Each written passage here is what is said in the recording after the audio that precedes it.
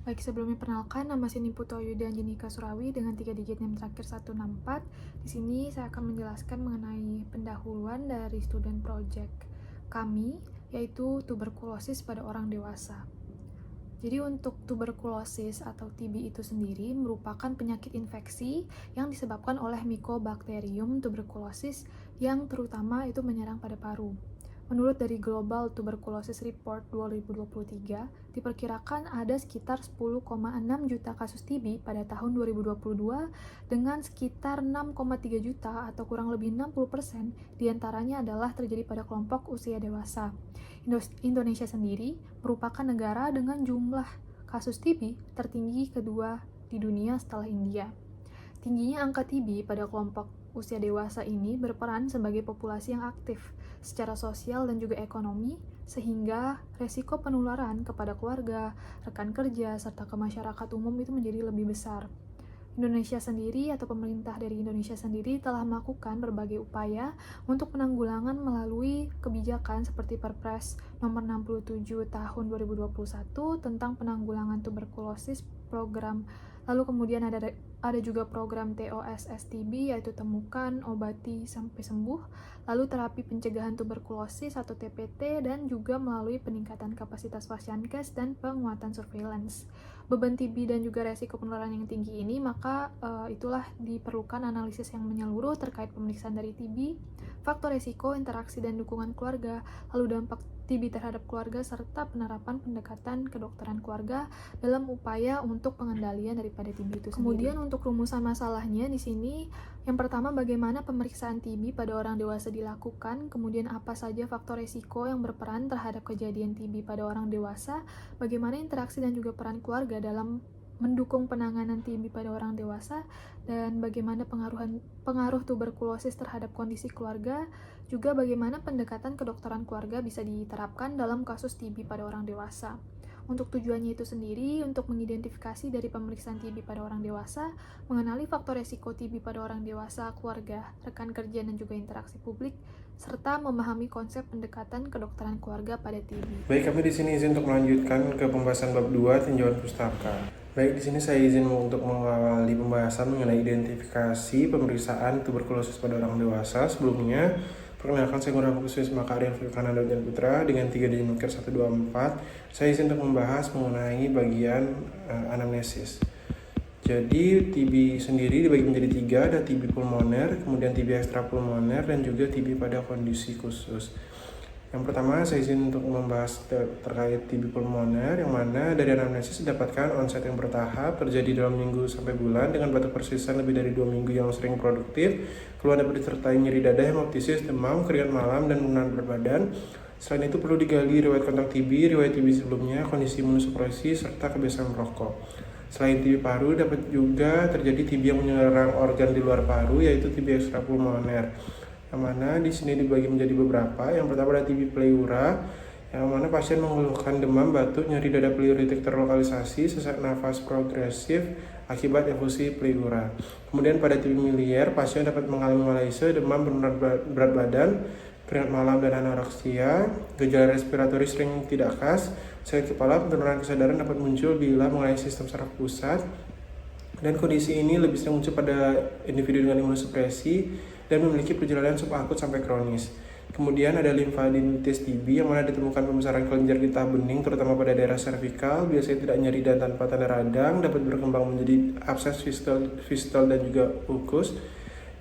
Kemudian perjalanan penyakitnya lambat dan tidak memberikan respon terhadap antibiotik konvensional. Kemudian ada juga beberapa jenis TB yang masuk ke dalam TB sistem saraf pusat. Yang pertama ada meningitis TB, yang mana muncul demam, keringat malam, penurunan berat badan, serta sakit kepala progresif lebih dari 5 hari, dapat timbul kebingungan, penurunan kesadaran, hemiparesis, paraplegi, dan retensi urin, dan perjalanan gejala berlangsung secara bertahap. Kemudian ada tuberkuloma sistem saraf pusat, yang mana pasien dapat tanpa mengeluhkan gejala, dapat ditemukan kejang, defisit neurologis vokal, kelemahan anggota gerak, dan perubahan perilaku. Kemudian pada encephalopati TB terjadi penurunan kesadaran, kebingungan, perubahan perilaku, serta gangguan kognitif yang berkembang perlahan. Kemudian pada radikulomyelitis TB muncul kelemahan ekstremitas bawah, nyeri radikular menjalar, gangguan sensorik, dan juga retensi urin. Kemudian kita berlanjut ke TB tulang belakang atau spondylitis TB, yang mana pasien mengeluhkan nyeri punggung kronik progresif yang tidak membaik dengan istirahat, dapat terjadi deformitas tulang belakang serta kelemahan atau kelumpuhan ekstremitas bawah. Kemudian pada para perikarditis TB, onset bersifat tersembunyi, keluhannya dapat berupa demam tanpa sebab jelas, sesak nafas progresif, rasa penuh di dada, serta ortopnea akibat efusi perikard. Kemudian pada TB laring, keluhan berupa suara sesak, disfagia, batuk kronis, penurunan berat badan, dan gejala konstitusional. Kemudian pada TB faring, terjadi nyeri faring hebat yang tidak membaik dengan antibiotik konvensional dan sering disertai riwayat TB paru. Kemudian TB parotitis yang mana ditemukan pembengkakan kronis pada area parotis yang biasanya tidak nyeri, tidak respon terhadap antibiotik, serta tidak disertai gejala TB sistemik. Kemudian pada TB urogenital, keluhan minimal atau tanpa gejala, dapat muncul nyeri panggul, sensasi massa pada ginjal atau panggul, riwayat pyuria steril persisten, urgensi, frekuensi, dan juga hematuria. Kemudian pada TB gastrointestinal terdapat nyeri atau rasa penuh pada abdomen, penurunan nafsu makan, penurunan berat badan, dan gejala yang menyerupai Crohn's disease. Kemudian pada artritis TB, timbul nyeri dan pembengkakan sendi monoartrikular, paling sering pada sendi panggul atau lutut, disertai keterbatasan gerak dan kaku pagi hari. Dan terakhir pada TB dengan HIV atau TB pada kondisi khusus, terjadi batuk yang seringkali tidak dominan, kemudian keluhannya itu berupa penurunan berat badan drastis, stomatitis berulang, riwayat perilaku berisiko, manifestasi ekstra paru yang lebih sering, gejalanya atipikal, serta progresi penyakit yang cepat. Demikian anamnesis dari beberapa bentuk TB yang perlu diperhatikan dalam praktik klinis. Baik, izin melanjutkan. Sebelumnya perkenalkan saya Nilukada Asri Bintari dengan 3 digit IMTRAI 063. Di sini saya izin untuk mempresentasikan terkait dengan pemeriksaan fisik TB pada orang dewasa. Jadi dibagi menjadi 2 kelompok besar, yaitu TB pulmoner dan juga ekstrapulmoner. Untuk TB pulmoner sendiri dapat dilakukan pemeriksaan fisik melalui inspeksi, palpasi, perkusi, dan juga auskultasi. Untuk pemeriksaan fisik inspeksi umumnya dapat diamati berupa penarikan diafragma dan juga mediastinum, dan pada saat pasien inspirasi biasanya akan terlihat adanya dinding dada yang tertinggal pada sisi yang sakit atau yang mengalami konsolidasi. Lalu untuk hasil palpasi sendiri biasanya akan dirasakan adanya peningkatan taktil fremitus pada area terkonsolidasi. Kemudian untuk perkusi akan terdengar suara redup pada area konsolidasi, dan untuk auskultasi umumnya akan terdengar suara napas bronkial. Lalu untuk TB ekstrapulmoner mulai dari limfadenitis TB umumnya akan dapat diidentifikasi melalui inspeksi dan juga palpasi, yaitu berupa benjolan abnormal di area leher. Lalu untuk meningitis TB dapat dilakukan pemeriksaan berupa pemeriksaan kesadaran, meningeal sign, dan juga pemeriksaan fisik saraf kranial. Lalu untuk perikarditis TB umumnya dapat diidentifikasi melalui auskultasi yang biasanya akan terdengar suara perikardial friction rub. Kemudian untuk spondylitis TB dapat diidentifikasi melalui inspeksi berupa adanya kifosis pada tulang belakang dan juga pemeriksaan fisik kekuatan motorik, sensorik, dan juga refleks. Lalu untuk TB ekstrapulmoner lainnya, mulai dari artritis TB, itu dapat diidentifikasi melalui pemeriksaan fisik look, feel, dan juga move. Sementara untuk TB tractus urinarius dapat dilakukan pemeriksaan fisik berupa nyeri ketok costovertebral angle. Baik, mungkin sekian dari saya. Akan dilanjutkan oleh teman yang lain. Terima kasih. Perkenalkan, nama saya Nyoman Gayatri Fernanda dengan 3 digit NIM terakhir 126. Di sini saya izin untuk menjelaskan mengenai pemeriksaan tambahan lainnya pada tuberkulosis pasien dewasa. Untuk pertama, terdapat modalitas pencitraan untuk diagnosis tuberkulosis. Pertama, terdapat ronsen dada, di mana di sini merupakan suatu alat utama untuk mendeteksi TB paru dan menyingkirkan TB aktif pada individu yang IGRA atau TST-nya positif. Kemudian, terdapat juga CT scan, di mana dapat mengevaluasi lebih detail di paru toraks, abdomen, urogenital, kepala, dan juga leher. Selanjutnya terdapat juga MRI, pilihan untuk TB otak, tulang belakang, dan muskuloskeletal. Kemudian terdapat juga lainnya seperti 18F, FDG, PET, or CT. Kemudian terdapat USG dan juga CT. Dan selanjutnya terdapat analisis mikrobiologi dan molekuler. Di sini terdapat AFB smear, di mana di sini cepat tetapi sensitivitasnya rendah sampai ke sedang. Kemudian untuk kultur sensitivitasnya lebih tinggi. Kemudian terdapat juga NAAT, di mana diagnosisnya cepat dan deteksi resistensi obatnya direkomendasikan untuk semua spesimen. Kemudian di sini terdapat juga pemeriksaan imunologi, yaitu tuberculin skin test, di mana di sini dapat mendeteksi paparan TB atau infeksi laten. Kemudian terdapat juga IGRA, di mana di sini mengukur pelepasan interferon gamma cell T terhadap antigen Mycobacterium tuberculosis. Dan pemeriksaan tambahan lainnya dapat dilakukan screening, di mana difokuskan pada individu yang berisiko tinggi seperti darah lengkap walaupun tidak spesifik. Terima kasih atas waktunya. Perkenalkan, nama saya Nathan Alvarmonika dengan 3 digit NIM terakhir 077. Di sini saya akan menjelaskan mengenai faktor risiko tuberkulosis pada orang dewasa. Faktor risiko tuberkulosis sangat penting untuk pencegahan dan juga pengendalian. Faktor-faktor ini dikategorikan menjadi individu, lingkungan, dan juga sosial. Aspek lingkungan dan sosial meliputi dari tempat tinggal, sanitasi, pendapatan rendah, ventilasi buruk, merokok, konsumsi alkohol, dan kontak erat pada penderita tuberkulosis. Merokok dan alkohol secara signifikan memperburuk prognosis dan meningkatkan risiko infeksi dan juga mortalitas. Studi kasus kontrol di Aceh mengidentifikasi faktor apa saja yang paling berpengaruh terhadap infeksi tuberkulosis dan ditemukan bahwa paparan cahaya yang tidak memadai di rumah sebagai faktor risiko yang paling signifikan. Faktor penting lainnya adalah dari kontak erat, pengetahuan yang buruk tentang penyakit, komorbiditas, gizi yang tidak memadai atau malnutrisi, tingkat pendidikan yang rendah, dan kelembapan rumah yang tidak baik. Malnutrisi juga dapat menurunkan efektivitas dari pengobatan tuberkulosis. Pasien dengan imunodefisiensi, terutama HIV, memiliki prevalensi tuberkulosis yang tinggi. Koinfeksi TB dan HIV merupakan beban ganda, namun peningkatan terapi antiretroviral atau ART telah berhasil mengurangi insiden dan mortalitas secara global. Vaksinasi BCG juga terbukti memiliki efek yang protektif. Mungkin itu saja dari saya. Terima kasih. Baik, terima kasih banyak untuk kesempatannya. Perkenalkan, nama saya Niputangi Pegida Putri dengan 3 digit yang terakhir 07. Di sini izin untuk melakukan presentasi berkaitan dengan identifikasi interaksi keluarga pada pasien tuberkulosis. Pada penyakit kronis seperti tuberkulosis, dukungan keluarga menjadi hal yang paling krusial atau cukup krusial karena ada beberapa hal yang berkaitan dengan pengobatan dan juga berkaitan dengan pola hidup yang harus juga disokong tepat oleh keluarga.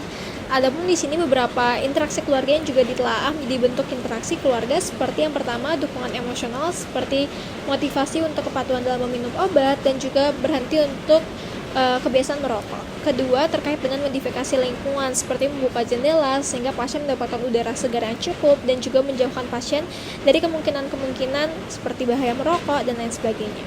Ketiga, terkait dengan ikut serta dalam penanggulangan penyebaran dari tuberkulosis ini sendiri seperti dalam penggunaan masker dan juga seperti penggunaan alat-alat makan yang dibedakan pada pasien tuberkulosis, namun tetap menjaga agar pasien tidak merasa adanya inferioritas. Keempat, terkait dengan dukungan instrumental seperti mengatur untuk berobat rutin dan juga dalam membantu tugas domestik apabila pasien tidak memungkinkan. Dan yang terakhir terkait dengan pemantauan kesehatan seperti pemantauan dari gejalanya sendiri seperti batuk, demam, dan juga terkait dengan efek samping obat dan proses progres dari pengobatan itu sendiri. Dan ini juga banyak ditelaah di suatu teori bernama Family System Theory atau Murray Bowen yang mendukung adanya keselarasan yang cukup signifikan terkait dengan dukungan keluarga dan juga ikatan emosional keluarga pada pasien. Dan juga sehingga inilah menjadi bukti di mana pada pasien dengan dukungan keluarga, pasien tuberkulosis dengan dukungan keluarga memiliki hasil yang cukup signifikan pada progres pengobatan dibanding yang tidak. Mungkin sekian yang bisa saya sampaikan. Terima kasih baik dan saya lanjutkan ke teman selanjutnya. Perkenalkan, nama saya Nimadia Priyatisyanti dengan 3 digit terakhir 229 akan menjelaskan mengenai pengaruh tuberkulosis pada keluarga. Jadi, TB pada orang dewasa itu memberikan pengaruh yang kompleks bagi pasien dan juga seluruh anggota keluarga. Dampaknya meliputi aspek ekonomi hingga risiko kesehatan fisik akibat penularan. Kita akan bahas satu-satu. Yang pertama, beban ekonomi dan biaya katastrofik.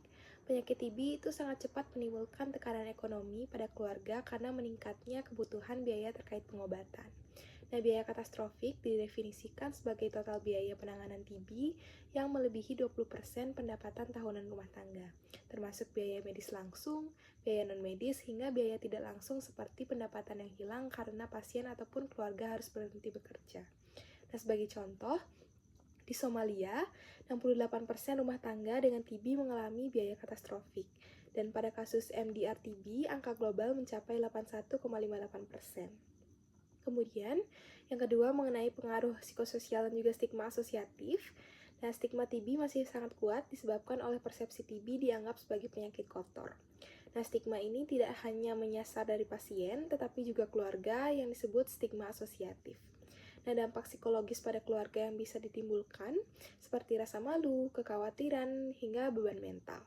Nah, keluarga, terutama yang merawat pasien, akan berisiko juga mengalami kecemasan berat, depresi, hingga penurunan kualitas hidup.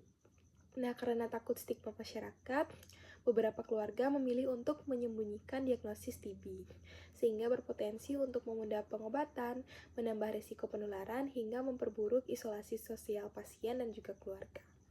Kemudian, yang terakhir mengenai dinamika keluarga dan juga risiko kesehatan, diagnosis TB dapat mengubah pola hidup dan juga rutinitas keluarga secara drastis. Nah, interaksi keluarga menjadi terbatas karena kebutuhan isolasi dan juga pencegahan penularan. Nah, keluarga memiliki peran penting dalam mendukung keberhasilan pengobatan, tetapi juga memberikan beban secara fisik dan juga mental. Nah, risiko penularan bagi anggota keluarga juga cukup tinggi. Nah, dalam studi di Indonesia, sekitar 63,8% kontak serumah itu pasien TB aktif ditemukan positif TB laten. Artinya, anggota keluarga itu sangat rentan tertular karena adanya kontak erat dan juga terus-menerus. Mungkin sekian mengenai pengaruh TB terhadap keluarga. Terima kasih. Perkenalkan, nama saya Niputu Repsari dengan 3 digit NIM 058, izin untuk menjelaskan mengenai pendekatan kedokteran keluarga pada penyakit tuberkulosis pada orang dewasa dengan melakukan tindakan yang diperlukan, yakni pendekatan yang komprehensif, kolaboratif, dan juga berkelanjutan.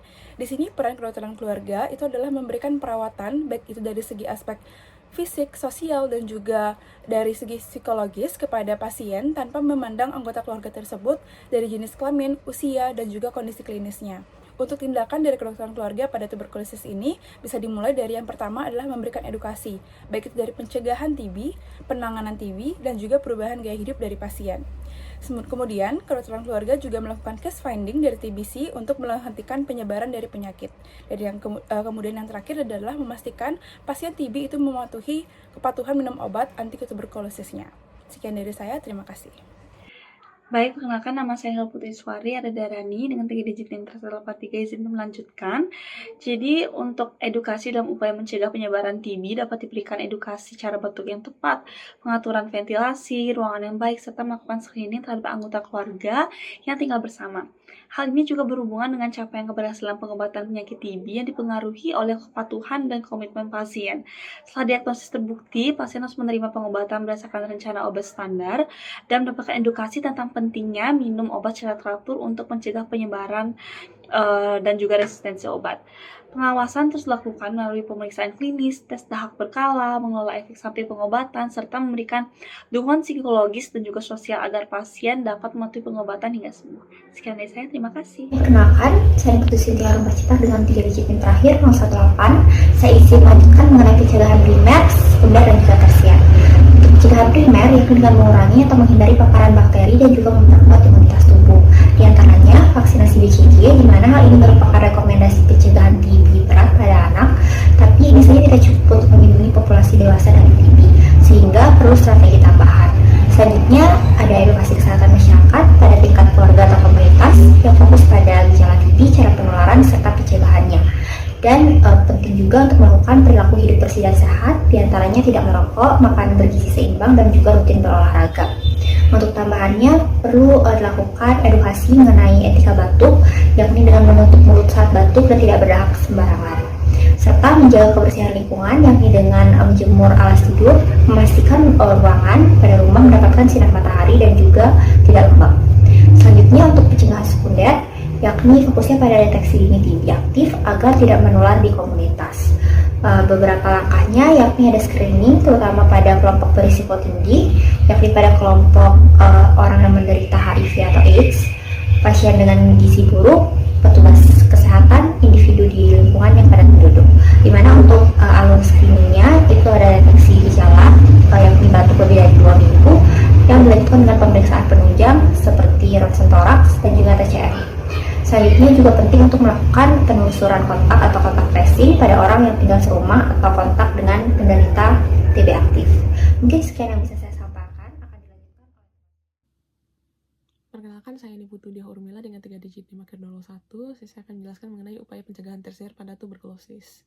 Yaitu tujuan dari upaya pencegahan tersier tuberkulosis yakni untuk menekan dampak jangka panjang dari penyakitnya, mencegah komplikasi, serta menghindari terjadinya kekambuhan pasca pengobatan. Untuk upayanya bisa seperti memastikan pasien menjalani terapi hingga tuntas melalui sistem pengawasan langsung seperti DOT atau Directly Observed Therapy, maupun VOT atau Video Observed Therapy, yang disertai dengan pemantauan lanjutan secara klinis untuk mendeteksi kemungkinan adanya resistensi obat ataupun masalah klinis lainnya. Setelah pasien dinyatakan sembuh, pasien memerlukan intervensi berupa rehabilitasi paru yang melibatkan latihan pernafasan, fisioterapi, dan juga pembiasaan gaya hidup sehat untuk membantu pemulihan fungsi paru sekaligus mencegah komplikasi seperti post-tuberculosis lung disease atau PTLD, fibrosis akibat tuberkulosis, dan juga komplikasi lainnya. Selain itu, pencegahan tersier juga mencakup langkah mempertahankan daya tahan tubuh dengan pemenuhan nutrisi yang baik, serta mengendalikan penyakit penyerta yang dapat memperburuk kondisi atau meningkatkan risiko kekambuhan dari tuberkulosis ini.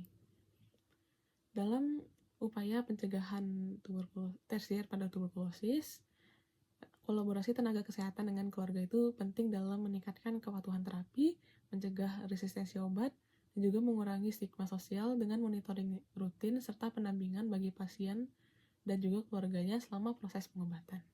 Sekian dari upaya pencegahan tersier tuberkulosis. Terima kasih. Perkenalkan, nama saya Neta dengan NIM 112. Jadi untuk bagian kesimpulan dari SP ini adalah identifikasi pemeriksaan, mulai dari anamnesis, pemeriksaan fisik, penunjang, dan juga pemeriksaan mikrobiologi dan molekuler, dan juga adanya faktor resiko itu penting untuk deteksi dan pencegahan TB dewasa. Keterlibatan keluarga, lingkungan kerja, dan juga interaksi publik itu sangat mempengaruhi keberhasilan pengendalian dan juga pengobatan TB. Dan pendekatan kedokteran keluarga itu merupakan model efektif untuk menangani tuberkulosis secara komprehensif dan juga holistik. Sekian dari saya, terima kasih.